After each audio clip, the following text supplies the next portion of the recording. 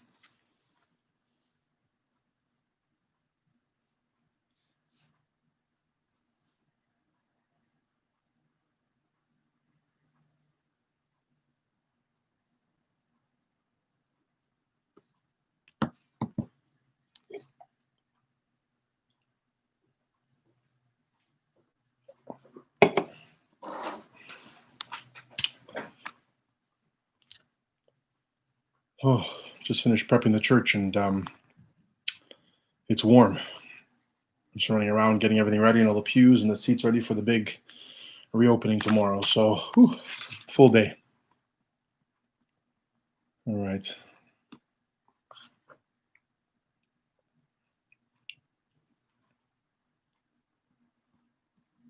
Just maybe a couple more minutes, guys, and we'll start. Again, for those of you who are on, at least the four of you, if you have any questions, because I only have one question in our Gmail account as of now that I see here to answer. It will be a very short show if there's no if there aren't any other questions online. So make sure you get your questions in.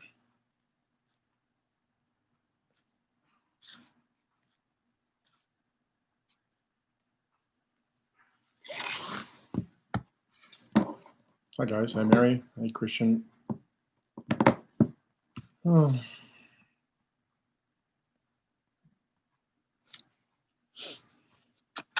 All right. Well, it's 2 o'clock. I kind of want to start on time, just because it's a full day. So welcome everybody. As of right now, I think it's just going to be me today because Tina had a little bit of a conflict issue with today's program, um, and basically it was a little bit difficult with her childcare. So it might just be me today.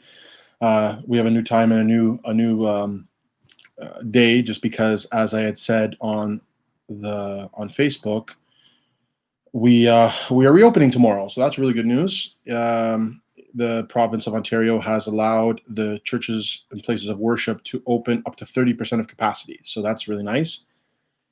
Which for us here at St. Constant and Helen is 90 people. That's it's actually about 100, but like we also need space for our own staff, so it's 90 parishioners plus chanter, priest, altar servers, and people and board members who are helping ushering people and things like that. So that is our number. Other churches have, yeah, have different numbers. Bigger churches, well, of course, will have a bigger capacity of 30%. So if you check with your local churches, if you want to know what the numbers are going to be, We've tried to advertise as best as possible how the procedures are going to be in place, and I will talk about that today. I'll get to some of the questions as well, and then maybe I'll come back to talking about the procedures until more people log on, so people don't miss the information. Because I know some people um, really want to know about that. Mary, yes, I will be live streaming tomorrow. So the live streaming won't stop in the churches, because still, of course, a lot of people can't come, whether they be elderly, whether they be more vulnerable, or they're sick and they're at home. So the live streaming will stay. But I think a lot of churches will keep the live streaming most likely indefinitely. I think just for shut-ins and people who can't get to church. It shouldn't become a normal replacement for church, but I think a lot of the churches will keep that since the technology is already there. Yeah. So let's get to some of the questions that we have so far, and then I'll swing back in the second half, and we'll speak about the procedures for tomorrow and for the reopening of the churches. Some churches already did liturgy; they had a liturgy today, so some people already opened, but most people will be reopening tomorrow. So, okay. So I'm gonna answer the one question that we have in our Gmail, and then I'll come back to our live chat. And the first question in our email, it said, "We have many prophets in our religion, yet fortune telling is not somehow something we follow. Where is the line between prophecy and fortune telling?" That's a great question. So um, there is a difference between prophecy, prophetia, and fortune telling. What is the difference? A prophet. Well, first of all, let's say what is a prophet in especially in the Old Testament, but in the Bible generally. A prophet is not only somebody who sees the future. It's a misconception that when you say prophet, you are always telling about things that are revealed to you by God, that are revealing to you what will happen in the future. Sometimes it is that, but really, prophecy is a much deeper notion in the Orthodox tradition. It's this idea that an individual, through the grace of God and through the charisma, the charism, the gift of what God has bestowed, has the ability to see into the truth of things. That's the way I would describe it. That they are not just telling the truth of what may happen in the future, but what is actually happening today. If you pay attention to most of the prophets in the Old Testament, what are they doing? They're usually doing social commentary from a divine point of view. So when God sends a prophet, usually it's not just to tell Israel what's going to happen in the future, but rather to comment on what Israel is doing in the present. So, for example, Prophet Jeremiah is sent, and he is told to tell the people that they are sinning and that they need to repent, because if they don't repent, this and this will happen. But if they do repent, this will happen. So in that sense, it's not a prophecy of what will happen in the future per se, but rather it is it is basically telling the people that, here are the possibilities of what will happen if you follow the word of God and if you do the will of God, or if you do not. And because they are imbued by the Holy Spirit and they're able to be able to prophesy and to tell, to say the things that God sees and the things that God tells them to say, then they can see all ends. And so because God is beyond time and beyond space, so he's eternal, time has no meaning for God. He sees our past, present, and future all at once because he's outside of created time. Then the things that he speaks to the prophets are not bound by time or space. And so sometimes they're speaking about things from the past, they're speaking about things in the present, sometimes they're speaking about things in the future. And always they are giving messages for the salvation of mankind. If you notice, prophets are never manipulating things for their own means, for their own gain. And also, they are never profiting off of the gift of prophecy. That's another thing. That you never see prophets getting paid to prophecy. And that's also one of the big differences between a prophet and a fortune teller. A fortune teller, when we say a fortune teller, or soothsayer, as they would say in the ancient world, psychics, all this kind of stuff, which existed in the ancient world as well. What distinguishes them from a legitimate prophet is that they are usually not obedient to the word of God. They are not obedient to the family, which is the church or the people of Israel in the Old Testament, and they are working outside of the system. I guess you could say they're trying to circumvent the system, and often, I would say almost always, they are profiting in some way from the supposed gift that they have. Most of the time, fortune tellers are not really seeing anything. They don't actually have an ability. They're just really, really, really good at reading people and body language and kind of mirroring back things that the people tell them. and manipulating them to make them think that they know things about them. But even in the rare instances, I think, where people have a legitimate spiritual gift, we never ask ourselves, when speaking about fortune tellers and things like that, where that gift comes from. We always assume that, oh, if somebody has a special gift, it has to come from God. And that's the number one mistake, that our first principle, our first presupposition is always that we assume that the other person is good, or we assume that their gift comes from a good place.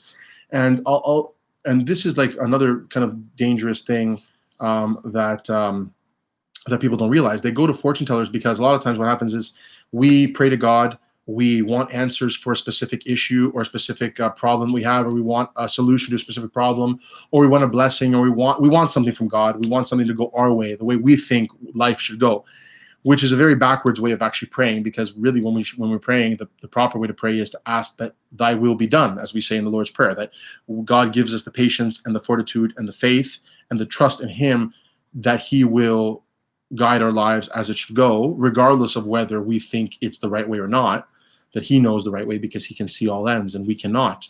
And so a lot of times we want to control life the way we want. We think we know what is right and wrong. We think we know what is best for us. And when we don't get it, we get impatient. And so we seek out other solutions. Well, I didn't get an answer from God, or I didn't get the answer that I wanted, or I didn't get the answer from my priest that I wanted, so I'm going to go somewhere else. So I go to a fortune teller, and the fortune teller picks up on this ego and feeds into the ego, and because usually it's demonic, and then feeds us what we want to hear, or gives us the answers that we want to hear, which usually end up kind of making us more selfish, right? The spiritual ends, this is, we have to look at, like, did it make us better spiritually, or did it make us worse? And so a lot of times we have to wonder where these kind of gifts come from. There's this kind of like famous kind of Orthodox story. It's more like not a cliche, but it's like and it's not an urban legend either. I just forget which specific saint it was about. It's been said so many times, where it says where there's these two men, and they're they go to Mount Athos and they want to seek out this very old, very well respected and very holy Yeronda, this old monk who lives up on top of one of the highest points on Mount Athos. And so they have this donkey with all their kind of provisions. It's in the old days, and they're climbing up the mountain slowly.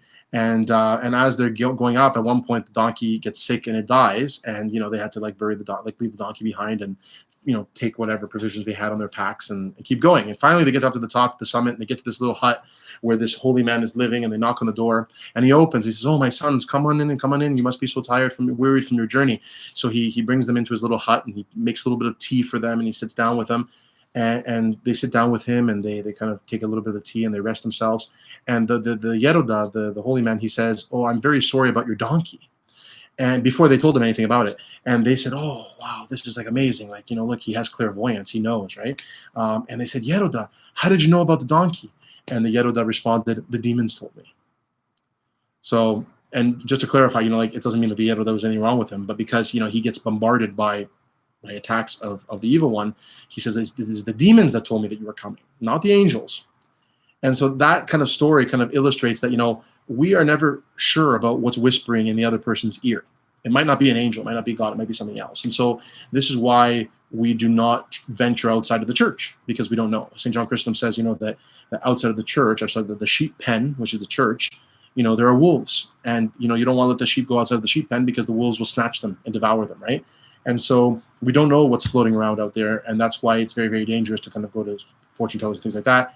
And also that's the big distinction between fortune tellers and prophets, right? Prophets are people who are sent by God, and they're always for the building up of the church, always for the building up of the faith. And so they're never contradicting the faith, they're never going against the dogma of the church, because that would be going against the word of God. And so, this is one of the kind of main differences. I don't know if I answered it very well, but it's the best that I can do. So that's the question about the fortune tellers and the prophets. Let's go to some of our questions here online. I see here, the Apostles' Fast begins next week. Can you speak about that? Many people don't seem to know about it. Why does the duration change every year? Oh, that's a good one. So the Apostles' Fast, it is one of the main fasts of the year. The reason why it changes is because it is a static fast. It usually always starts like after All Saints, and basically it depends on when Pascha. Sorry, it doesn't always. Sorry, I'm sorry, I'm confused. It's been a long day.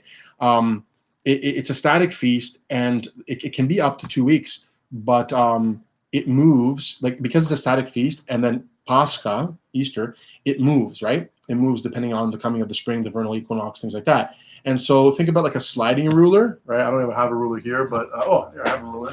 So here we go. This is a good example. So let's say, you know, this is like, this clear ruler is the fixed feast days of the year that don't change. They always have their set days. And then this silver one here, this is like the Paschal season, which moves, right? So the Paschal season overlaps on different years. It overlaps over the static feasts, right? That's why, you know, sometimes Pascha falls before St. George's, April 23rd, right? But sometimes it falls after St. George's. So if St. George falls within Holy Week, we move St. George to Bright Monday because it's such a big feast and people want to celebrate it and they don't want to be fasting during it, right? It's the same thing with the Apostles' Fast, that sometimes the Apostles' Fast, if Pascha is early, it lasts full 2 weeks. But sometimes when Pascha is late and Pentecost gets pushed late, it can eclipse. Let's say this is the Apostles' Fast. Pascha can eclipse the Apostles' Fast, the Pentecostarium, the Pentecost season. And if it eclipses it, there are some years when Pascha is so late that it can actually eclipse the Apostles' Fast completely. And there are some years where it eclipses it only half. Maybe it's 1 week, or sometimes it's 7 days, or whatever. So this is kind of like why the Apostles' Fast shifts and moves the length of it. It's a set feast, it's a set fasting time, but Pascha moves and overlaps on top of it. So sometimes it gets lost, and sometimes it's a full 2 weeks. And this is why a lot of people don't pay attention to it very much. It's confusing, and also why a lot of people don't even fast for it, or even know that's one of the main fasts of the church year. So that's the thing about the Apostles' Fast. Okay, let's see here. More questions. Ooh, here's a good one. Are there prayers that we are supposed to make when entering or exiting the church? There are prayers, actually. There's a really good little book. I have it actually in my any Orthodox prayer book that you have, like a standard Orthodox prayer book, or even, I think, even on the Orthodox app, which I will post the Orthodox app. I should start writing these things down so I don't forget, because I don't forget, but I always say I'm going to give you guys stuff in the link. So post-Orthodox iPhone apps. Even on your apps, like there's some really good prayer apps, like the daily readings one, and it should say under the prayer section. It does have sometimes prayers before entering and exiting a church. I don't know, I can't find it right now here on my iPhone here, but a lot of Orthodox prayer books, they will say that there is this, you know, there's a prayer to enter the church and there's a prayer to exit the church, and so it is, you know, there are those prayers to do. So yeah, I'm trying to remember it in English. Like I know the entrance one is Iselefson Makino. Iselefson Makino is Tony Konsu. I'm trying to remember it now. Sorry, it's been a long day. But I don't know it in English, so yeah. But there are Orthodox. There is prayers at the beginning and exiting. I'm sorry, guys. I'm not having a very good day here. Let's see here. I remember in the middle school, here's another question. In Cyprus, we were taught that we humans were made in his likeness, katikona and katomiosin, but what does that mean? Well, that's a good question too. Very good question. So katikona and katomiosin means in the image and likeness. In the ancient Greek, in the Septuagint, it says katikona kathomiosin. So what is the difference between ikona and omiosin? Image and likeness. So image, so the fathers of the church speak about the image of God placed in us is the attributes, like things that God has, like attributes, that things that we attribute to God that are unique to God, that he gives to human beings as a special gift. So of course the main thing is free will, right? Free will is something that only human beings have. Animals do not have free will. Animals have they operate out of instinct according to nature. So if an animal is hungry, it will eat, it will kill. If an animal is tired, it will sleep. An animal is incapable of fasting, right? And things like that. So an animal is not cognizant of its own mortality, that it will die. It cannot contemplate metaphysical realities. It cannot philosophize, things like that. So we have free will. So we have the ability to choose right from wrong, which is part of that icon of God that is placed in us, the icona, and also other things like consciousness. that we're conscious of ourselves and our own ego, our own mind, and also our place in the world. So this is the kind of like the idea that we are made in God's image, not that we look like Him like physically, because God doesn't look like anything; He's a spirit. But homoousios, the likeness, is the idea that we strive to become like God. So there's a difference between the raw materials that God gives us, the ability to do something, and then actually executing that. So actually doing it. So there's a difference between me having potential, like the potential to do good, and then actually doing good. Right? I have the potential to do good or evil, but being able to do good as opposed to evil, to be selfless as opposed to selfish, to forgive instead of being hateful, things like that. All those are choices. The more that I do the things that are like God, be forgiving, loving, charitable, just, all these things, the more I become like God. I attain to the likeness, right? The more I do the opposite, I become less like God. I become like like the devil, or like the opposite, right? And so there's the idea that the icon refers to like the potential or the ability, and then the likeness is what we grow into by our actions, right? So the fathers will say that we are born with all the tools, with all the abilities, but it is up to us to cultivate those things and to put them into practice, so we become Christ-like. Christ is the perfect man. Christ is God incarnate. And he lives the perfect life, that his human will is perfectly obedient to the divine will. He's always doing the right thing. And we try to do that. We fall, but we try to do that. And so the more we do, the more we bring out that beautiful icon. We fulfill, we fill in. A really nice example is kind of like, those coloring books we give to our kids that kind of have the outline, and then, you give them the markers, and, you have the outline of like, superheroes or flowers or whatever it is. And they got to fill in the colors. It's the same thing with us. Like, when we're born, we're kind of like that outline. We're the outline of the human being. But through our lives, we have to fill in that picture, and we have to make it look as lifelike, as real as possible. And the picture is of Christ. Actually, it's not us, right? So we're trying to attain to His likeness. And so this is the difference between image and likeness, katikona and kathomiosin. So I hope that answers your question. Let's see here. Another question, to piggyback on the Gmail question, how about personality tests that appear harmless, like the Enneagram? Hank Hanegraaff addressed this, says it has its roots in the occult. I wish I could answer that question, Mary, but I'm not familiar with it. Maybe I don't know everything. I'm not familiar with the Enneagram test. I'm not familiar with a lot with that much psychology, at least a psychological testing, so I can't answer that question. I'm sorry. If I have a chance, maybe I'll look it up and I'll maybe do a little bit of research. But I don't know anything about that to be able to speak to it. So if Hank Hanegraaff, who's excellent radio personality and also convert to orthodoxy, whatever, I'm sure whatever he speaks about it is accurate. So, but I can't. I don't know anything about it. Another question. My first question got deleted anyway. Have a nice day. Oh, I didn't delete it, but Christian, I didn't delete anything from here, but I guess maybe you deleted by accident. But have a nice day to you too. Here's another question from Mary. St. John Chrysostom is known to have said that one of his homilies that clapping in church is a no-no. I recall a priest once asking the parish to clap to congratulate a group. Was surprising. So again, I'd have to look at that, Mary. I'm not clear. Like, keep in mind, St. John Chrysostom is like, we have, out of all the fathers of the church, he's one of the most prolific writers. So we have a lot of his writings, like a lot. So it's impossible to be familiar with all of them. And I'm not familiar with the no clapping in church. I'm sure some people are. And because I'm not familiar with that, I can't speak to it. I can't give you my opinion on it, whether it's disrespectful or not.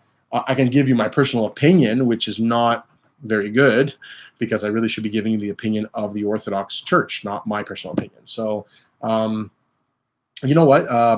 I won't give you my personal opinion because it's not relevant to this. Like, I should be giving you the proper Orthodox understanding. So I can try to do some research on it, but I don't know why it would be wrong. I could guess that maybe there's a cultural maybe taboo there, that just like sometimes we still have a cultural taboo about that today, but it could be something more. I'm not sure. I have had people clap in my church. It hasn't never really bothered me. I could be wrong. So, but I don't want to give a personal opinion on whether it's right or wrong. I don't see anything wrong with it, but I could be wrong. So, Why during the Apostles' fast can we have fish, but other fasts are more strict? Oh, okay. So, well, they're different. The why I don't know, like as far as why this specific fast is less strict, but it's not all the fasts were the same. So different fasts have different kind of levels of severity, and usually that's based around the subject matter of the fast, right? So I'm guessing here. Like I'm semi guessing. I'm semi kind of sure, but I could be wrong again. I'm not having a very good day, guys. But like for example, the Christmas fast, the Nativity fast, that's the same. The Nativity fast, for the first half of it, you can eat fish as well, up to Saint Spiridon, the first half. So Nativity fast is a little bit happier fast. It's not as somber as the Lenten fast, and so for the first half, it's lighter. And only after Saint Spiridon does it become more strict as we approach the actual Nativity. So for the first 20 days of the 40, you are actually eating. You're allowed to have oil, fish, wine, certain days, things like that. Whereas in the Lenten fast, it's more strict, also because the subject matter is a little more serious, and we're leading up to the Passion of Christ. So I would venture to guess that the Apostles' fast, being after the Pentecost, celebrating the apostles and celebrating the spreading of the gospel throughout the whole world. This is a happier fast, and this is also why the fast is a little lighter. It's not as strict. Whereas when you get back to the Kabbadah, still the 15th of August. Again, somber tone. We are celebrating the Dormition, the falling asleep of the Virgin Mary, right? And so it's a little more stricter again. So this is why I would guess that it is, because it's a different kind of feel, because the theme of the fast is different based on the subject matter, not because food is bad or specific foods are bad or something like that. Okay. Here's another question.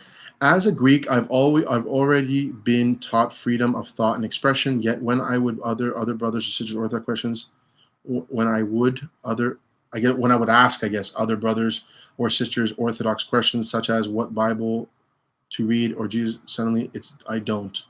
Suddenly it's I don't. No, ask your father, etc. Sorry, Alex, but your English here, it's a little jumbled, and it's not exactly clear what you're asking. If you could clarify a little bit, I think what you're asking is freedom of thought or expression. I guess you're asking, when you ask other Orthodox people these kind of questions, they shut you down or they don't want to answer the question. Is that what you're trying to say? And why is that? I'm not clear what your question is. If that's your question, as far as if you ask other brothers, Orthodox brothers and sisters questions, yeah, okay. If that's your question, well, that depends on the individual. It's not an Orthodox phenomenon. That's the individuals. Like there's some people who are. It's usually the case that there's some people who are comfortable with questions. There are people who are not comfortable with questions. There are people in every religion or in every faith system that are comfortable with their faith and they're well knowledgeable in their faith and they're not afraid of questions, especially ones that challenge them, because they're well read. And if they're not well read, they have the humility to say I don't know, and just kind of like leave it at that and just say I just don't know.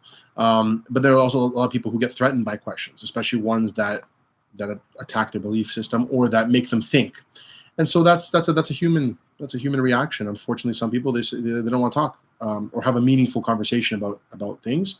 It usually stems from ignorance, but not always. Sometimes it can stem from other things. So it's that's unfortunate if most of the Orthodox people that you've spoken to are like that. But I think there are a lot of people who are also willing to speak. And I think it's a sign of a mature mind. Is one that is not afraid to entertain thoughts, but not.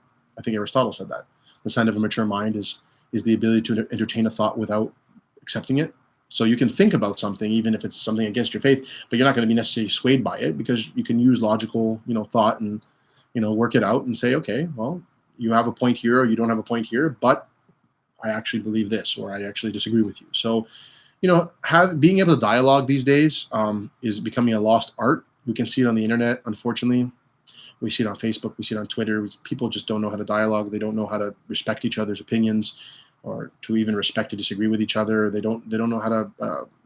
Dialectic is not taught in schools. It's critical thinking is not taught anymore, and so people they kind of polarize into their own positions, and they get afraid, and they rather insult other people instead of actually sitting down and talking with them about what they actually believe and why. So that's unfortunate. Alex, but hopefully it's not everybody, and hopefully here we can talk openly and discuss things. So um, there was another question, but it got deleted. I don't see any other new questions on the chat, and we are at the halfway mark. You're very welcome, Alex. Maybe now is a good time to kind of swing back around to the church's opening, because one of the reasons why Tina and I thought about doing the show today, well, practically speaking, tomorrow, because the churches are reopening for the first time in 3 months, we didn't think we'd be able to do the show. Sorry, there was a Pista Vikimia Revna is how our faith operates. No, sorry, I'm just answering a question here, piggybacking off of Alex from Babi 89 or Bab 89.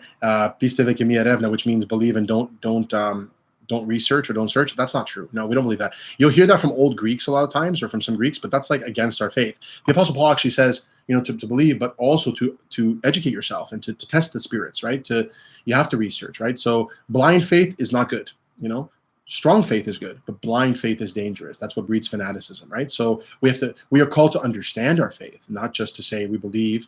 And so, no, our faith does not operate as with pista vikimia revna. Our faith operates on pista pse ke revnise, like continue to research so you can fully better understand and use the faculties of your mind that God has given you to better understand. Never fully, because we're limited as far as God's mystery, but to better understand. And this is why the fathers all educated themselves, and even monastics and other Yerundes and desert fathers who were not educated in the classical sense or in schools, they were educated in spirituality, and they knew what they were talking about, right? So it's no, ignorance is never a good thing.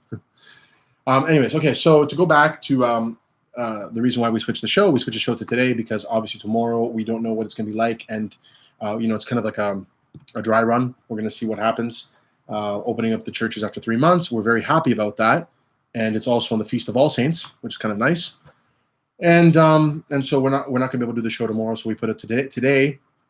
And we thought that it would also be nice to do a live show the day before we open, because a lot of people have been messaging me nonstop since Monday when the Ontario government announced that they will be opening up the churches to 30% capacity. So I've had a ton of emails and texts and phone calls, people asking a million questions. So I just wanted to kind of be able to dedicate the second half of this show to kind of like what's going to be happening tomorrow, generally speaking, because every church is a little bit different, at least in Ontario. I can't speak for the other provinces because the other provinces are all different, their guidelines, so that people kind of are at ease and they understand what's going on. And you guys who are online now can also tell your friends and kind of get out the proper information. Of course, I've already put this stuff on Facebook as well and emailed it out to my community, but it's good to kind of know, and all the churches have done the same thing. So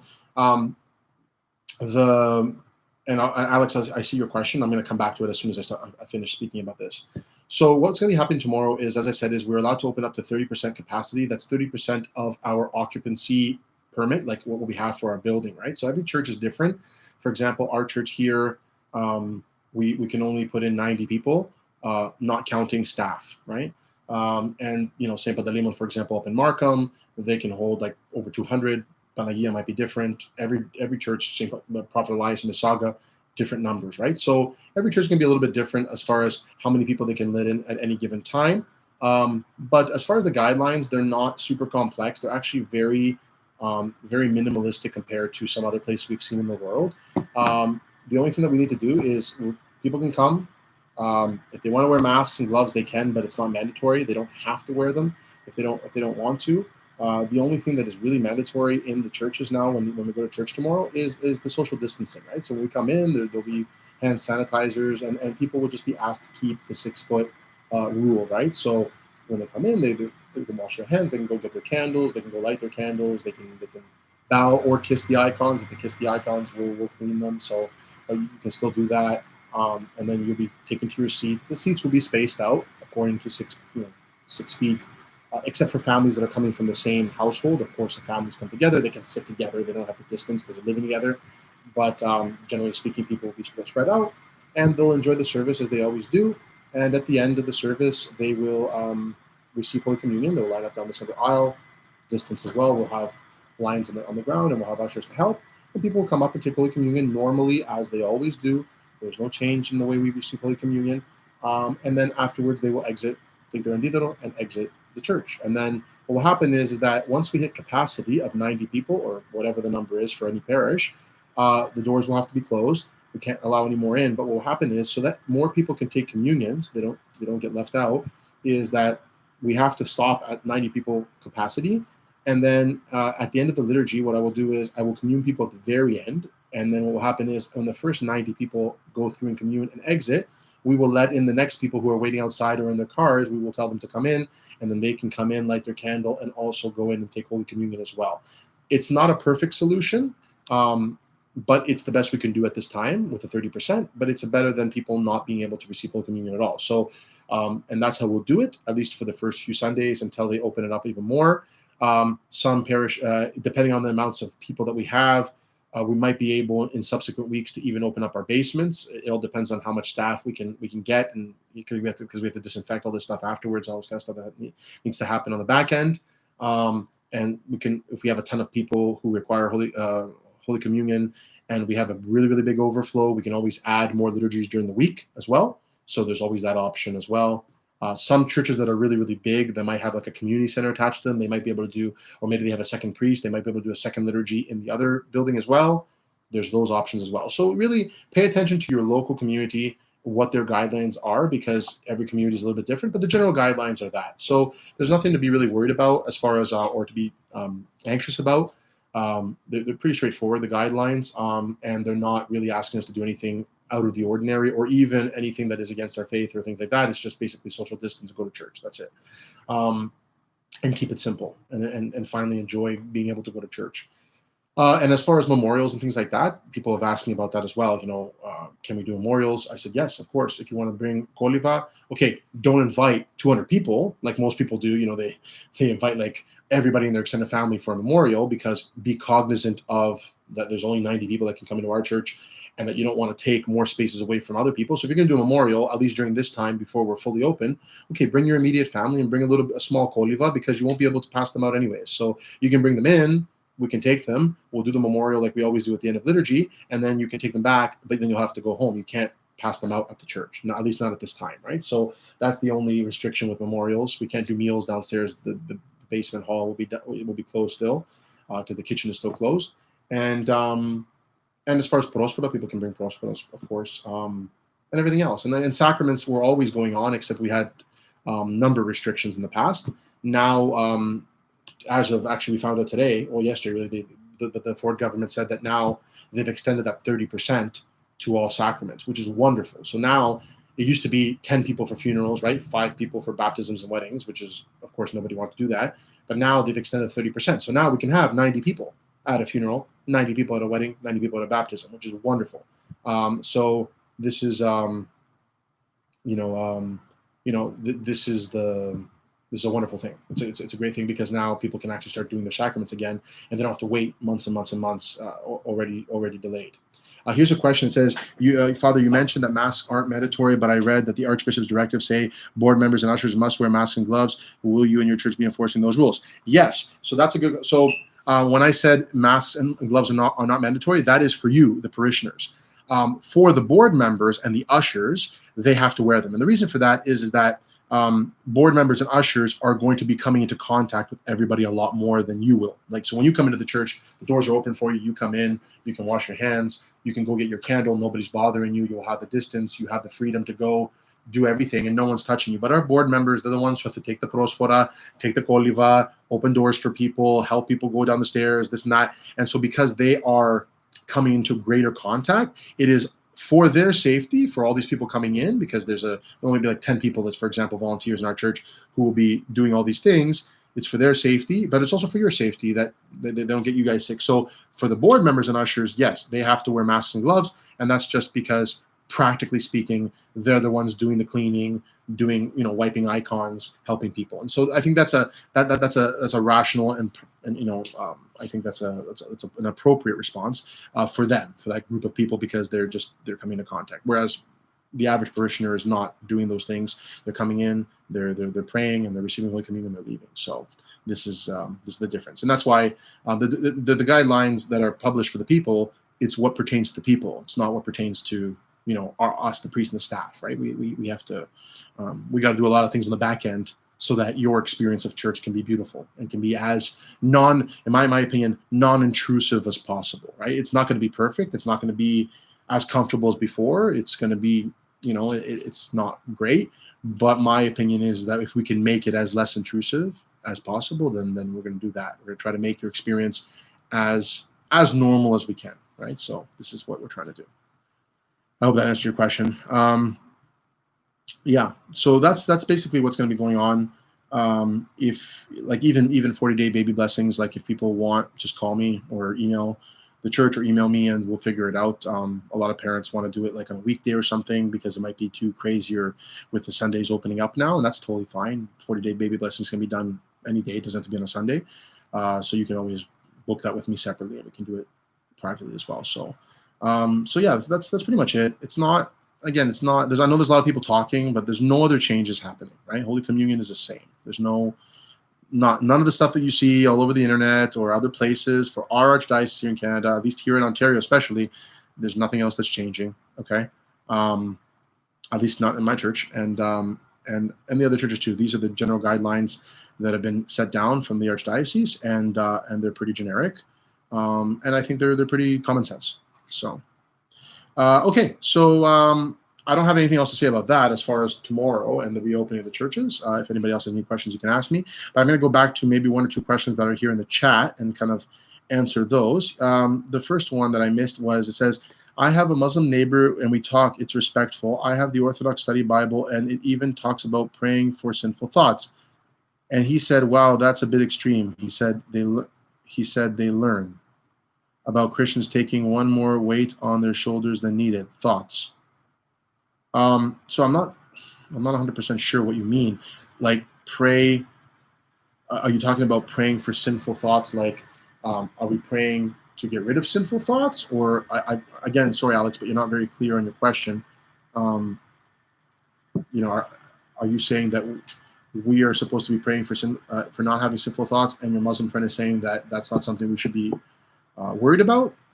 If that's what you're asking, then I would say, no, we are, of course, we pray to control our thoughts. Like everything starts from our thoughts, right? Our thoughts control our lives, right? So the seeds of negative thoughts, or logismi, as we say, sinful thoughts, come into us, and if we water them, they start to take root, and then they turn into action, right? So we try to take every thought captive. And so if that's what you're referring to, and if your Muslim friend is saying that's not something you should really care about, I would say, well, of course we should care about our thoughts, because our thoughts is where everything starts. And so we should be very careful. That's why when we say repentance, in Greek it's metania, which means the change of mind, not change of action, change of mind. You change your mind first, and then your action will follow, right? Sometimes we change our actions, and sometimes the mind will follow, but usually it's the other way around. So I hope I answered that question. Let's see here. Here's another question. Different saints are said to help different circumstances, such as Saint Stylianos or Saint Marina, protectors of children, or Saint Christophoros is the protector of car travelers. I recently found out that there is a saint who is the protector of animals. Does this mean that we can pray for our pets to the saints? Does that mean animals have a place in heaven, or if we can pray for them?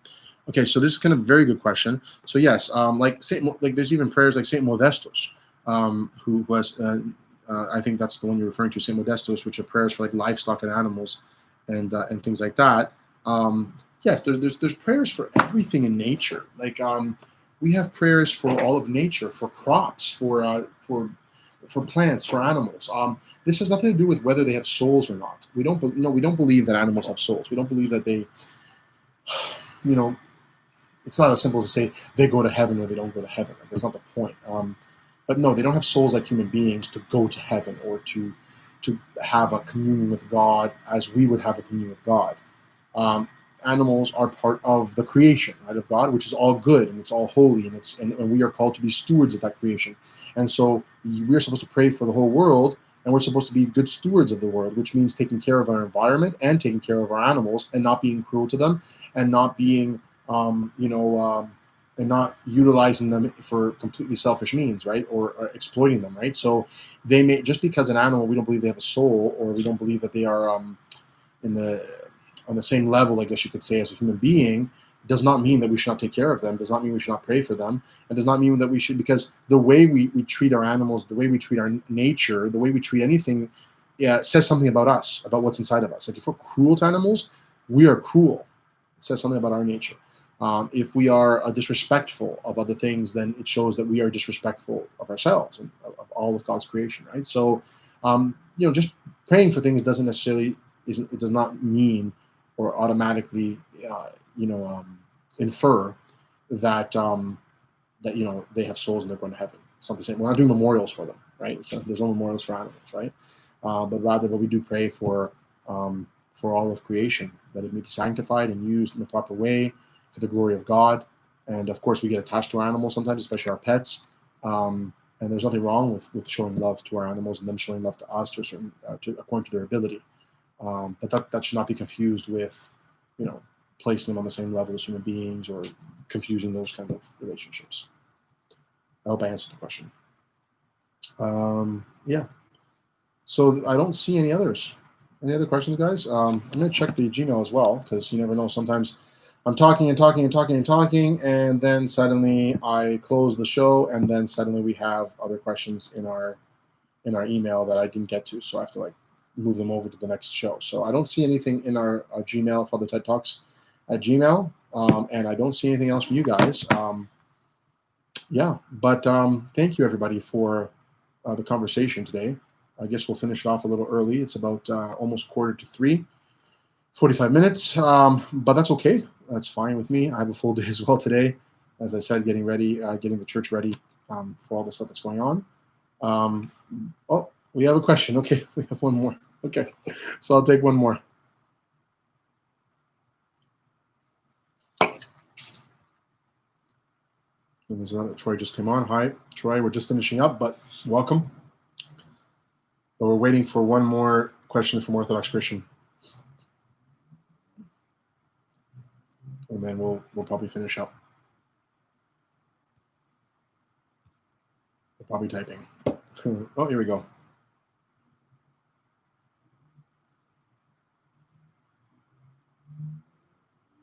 Okay, so it says here, Father, the use of the Holy Communion isn't changing, but I read that there is a directive from our Archbishop that we are supposed to open our mouths wide so we don't touch the spoon, and that we are not to touch the communion cloth. How is this not a deviation, and why are these rules included then if there's not a deviation? Good question. Correct. So there is in the guidelines from the Archdiocese, it has two things.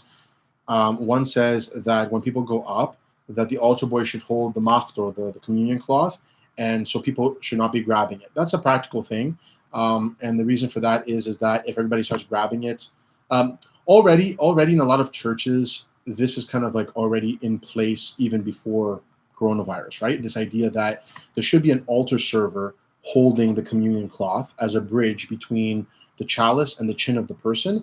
Why? Not so that the person can wipe their mouths all the time, or so they can be kind of sloppy when they take Holy Communion, but rather so that the Holy Communion does not drop on the ground. This is why the machtro is there, is to protect the body and blood of Christ from falling on the ground, so that we don't have to bend over and eat it, the priest, and we can, it's not going to be irreverent. So this is kind of always been a rule. We're just reinforcing it now because people a lot of times they'll go up and they'll grab the machtro, which is the red communion cloth, which is not appropriate when you're receiving Holy Communion. In some churches, you might see where people cross themselves like this, right? And the reason why that came into being back in the day was so that they would not grab things or hit the chalice, because there's so many times as a priest that I've been giving Holy Communion where people come up and they decide they want to do a metania right in front of the chalice. They go bend over, they do a prostration, they come up to do their cross, they hit the chalice, and they spill the Holy Communion on me, or they spill on the ground, right? So that's dangerous. Or the priest usually has the red cloth between his fingers, one end of it around the chalice, and then it extends away by an altar boy holding it to the people. Some people will come, they'll grab the red communion cloth, thus pulling the chalice and also spilling the Holy Communion. That happens sometimes, and that's also dangerous. So I tell people all the time, it's try not to grab the cloth, right? The altar boy will hold it under your chin, and that's the safest thing for Holy Communion. So the not grabbing of the cloth is not anything new, and it's something that we shouldn't be doing anyways. It should be something that the altar boy should be doing for us, just for the sake of the safety of Holy Communion not spilling. So that's where that comes from. It's not a matter of we're afraid of disease and things like that. The opening the mouth wide, again, is it does not say in there, open your mouth wide so you don't touch the spoon. It says make sure people open the mouth wide, right? The reason for that is because we have this problem now. We've had this problem for a long time where some people, they go up and it's like the priest says open wide, right? It doesn't say don't touch the spoon. Like, you can close your mouth and touch the spoon. But a lot of people, they don't open their mouth wide enough when they take Holy Communion. They just don't. Like, it's just, they come in and they open like a little bit, and the priest can't even get the la vida inside their mouth, right? And so a lot of times I have to tell people, it's like, please open your mouth, please, right? Because then the communion spills on them, and then it becomes a big mess and things like that. We have problems, right? So the reason why that statement is in there is not because we're afraid of coronavirus, nor is it implying that you cannot touch the spoon. I know this. Why? Because I helped write these guidelines. I was asked to go in and consult on these before they were addressed. Before they were released. And so I asked this question. This is not the reason why. It's just for the proper practice. Like, when you go up, let the altar boy put the mouth under your chin and open your mouth. Right? When the levita goes in your mouth, you can close your mouth. There's no problem. Like, if a priest tells you not to, that's a different story, and you can go have a conversation with that priest. You're not going to have me tell you that inside the church. Take the Holy Communion properly, right?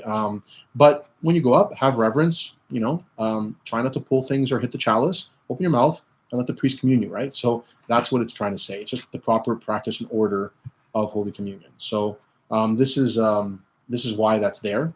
And again, trust me, we had this conversation, right? It wasn't put in there. So I know some people, because it's like a hot topic and all this stuff we've seen online, when they see something like open your mouth wide or don't touch the communion cloth, people are like, look, it's that, right? It's not that. If we didn't want people, or if the Archbishop or if anybody from the Archdiocese did not want people touching the actual spoon, they would have written the guidelines, do not close your mouth around the spoon, as some other churches have said, okay? We have not said that. We are allowing people to take communion as they feel comfortable, and we are doing it normally. We have not been given directives to wear gloves as priests, or to wear to wear masks or anything like that. We will be giving communion normally. Okay. I hope I answered your question. Do you have a simple prayer rule? I'm trying to do it, but it feels unstructured. There isn't much direction in the Orthodox Study Bible other than the lectionary. Well, if you have an Orthodox prayer book, and if you don't have a prayer book, as I said, I'll post the link below. You can also download an Orthodox prayer book digitally, because there's two really good ones that I use. One is called Daily Readings from the Archdiocese of America, which is that little, blue and yellow cross right there. It's called Daily Readings. And there's also this other brown one called Pray Always. And they're two very, very good Orthodox prayer books. Of course, a physical one is also nice to have. And an Orthodox prayer book will give you your morning prayers, your midday prayers, before meals, after meals, your compline service, your hours, your mesonichtiko, your midnight prayers, your pre-communion prayers. It will give you all the structure that you need. It's just a matter of actually following it. And I think that's important to follow it. So I think it's important to wake up in the morning and do your prayers, or before you go to bed, or if you can't do that, then do a midday prayer, but have some type of structure. Of course, it's also good to consult with your confessor, the priest, the spiritual father, the person that you've been confessing to. If you haven't been confessing to anybody, then I would highly, highly encourage you and suggest that you do that first, and then speak with your spiritual father about what kind of prayer rule would work for you, and then he'll be able to give you the tools on how to kind of put a structure in your life. I've been listening from South Carolina. Thank you, Father. Oh, thank you, Anita. I really appreciate that. It's nice. And South Carolina is quite nice. I used to have a friend down there, Father John Johns, I believe his name was, and I think he was in South Carolina, in Charlotte, which is in South Carolina, I think. Yeah. So he used to be down there. I don't know if you know him, Anita, and he's not there anymore, but that was a long time ago. So, okay. So I hope I answered everybody. We're coming up to the hour now. Oh, here we go. Why is Oh, here's another question from Orthodox Christian. So, Father, why is communion banned in our churches in Saskatchewan, and what is our church going to do about it? I haven't heard any of our priests say anything about this. Yeah, that's a big problem, Orthodox Christian. In Saskatchewan, so every province in Canada is different. And the unfortunate thing with that is that every provincial government is taking different approaches to the pandemic, right? So there's not this like uniform approach across the country. From one point of view, it's good because, of course, oh, Charlotte is North Carolina. Sorry, Anita. As you can tell, I'm not so amazing with American geography. Well, there you go. So you wouldn't know him anyways, Anita. Sorry, going back to your question, Orthodox Christian. From one point of view, the idea of having different approaches, to every local kind of problem is good because obviously, okay, Saskatchewan, different kind of sizes of population, things like that. You'll need a different approach than highly densely populated areas like Toronto or Quebec and things like that, like Montreal and things like that. So obviously, okay, from that point of view, it's good. But the bad thing is that we do have these kind of varying approaches and big divergence in how we do it. So the Saskatchewan has taken a very hard line with faith, with worshiping communities, and one of them is that they have not allowed them to receive Holy Communion. This is a big problem because this is a case where the state is now imposing its will on the churches, right? So I don't know what's going to happen. I don't know if, like, this is something that the Archdiocese is dealing with the two churches that we have in Saskatchewan right now, and that's something they're dealing with there. It's a different situation than what we have here in Ontario, and it's going to have to be dealt with. I don't know what they're going to do, because if it's a very temporary thing, then you have to kind of weigh all the options. Like, do they go to the courts? Okay, they could go to the courts of human rights. They could say, okay, this is a human rights issue, and you can't force us not to do that. But the courts of human rights take like 3 years, by which time this will already be done, because this ban will probably be only for like a month or two, and then they're opening it up. So do you do that? Then there's the other problem of when the state or the country that you live in, the state that enforces the laws, when they make it illegal, like, then what do you do? Like, do you comply temporarily? Do you not comply and then maybe perhaps get your church completely shut down? Or lose your tax exempt status, or worse, or the priest gets arrested. Like, there's a lot of factors there, and so I don't know enough about the Saskatchewan problem right now. Like, I went on their website, on the the Saskatchewan government website, to try to read about it, but I couldn't find much about it. Although I know that there was a letter issued to the faith-based communities telling them about Holy Communion, so I don't know what's going to happen there. But I know that the Archdiocese is working in conjunction with those parishes to see what's going to happen with that. I don't know anything more about it. Like, it's a very difficult problem. There's a big difference between the state imposing it upon you and us voluntarily doing it, right? So, like, when the state doesn't say, when it says, doesn't impose it on you, then there is no justification for the Orthodox Church to say we're not going to do it. That's a problem for me. But when the state is imposing it, like there's an oppression from the state, then there's a problem, and then you have to kind of look at your options, right? So I don't know. I hope it's not something that's going to last very long. In Quebec, there's been an issue there too, because the Quebec government has really made it difficult for the Orthodox churches there, much more than Ontario. Ontario hasn't had many problems compared to what our Orthodox churches in Quebec have had to deal with. And so they've been dealing with a lot of issues and harassment and things like that, and churches have been fined and shut down and things like that, even when they've only had 3 people liturgizing.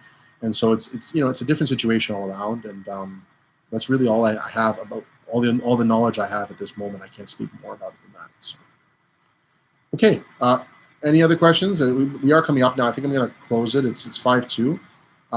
Thank you, everybody, for your wonderful questions.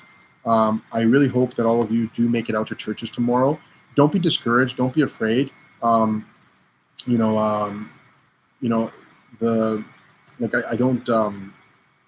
don't want you guys to think, well, because a lot of people say, well, it's only 90 people or it's only 150 people. I'm not going to bother going to church.